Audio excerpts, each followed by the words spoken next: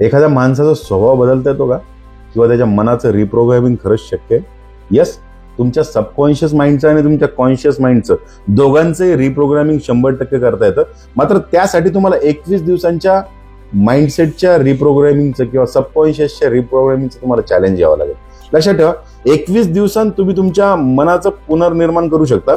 मात्र त्यासाठी तुम्हाला एक पॉवर पॉझिटिव्ह अफर्मेशन, म्हणजे तुमच्यामध्ये सगळ्यात मोठा जो दुर्गुण आहे, जे काम तुम्ही करू शकत नाही, जे तुम्हाला वाटतं की मी भीतो, मला भीती वाटते किंवा माझ्यामध्ये डेअरिंग नाहीये, मी पब्लिक स्पीकिंगसाठी घाबरतो, मी स्टेजवर बोलू शकत नाही, याच्या विरुद्ध अर्थी पॉझिटिव्ह अफर्मेशन तुम्हाला तयार करायचं. फॉर एक्झाम्पल, जर मी बोलायला घाबरतो तर I am a fearless speaker, मी एक खूप छान वक्ता आहे, हे एक अफर्मेशन किमान 21 टाइम्सचं रिपिटेशन दररोज सकाळी तुम्हाला करायचं आणि सतत 21 दिवस हे करायचं. आजच सुरुवात करा आणि या अफर्मेशनचा काय रिझल्ट होतो ते मला नक्की शेअर करा.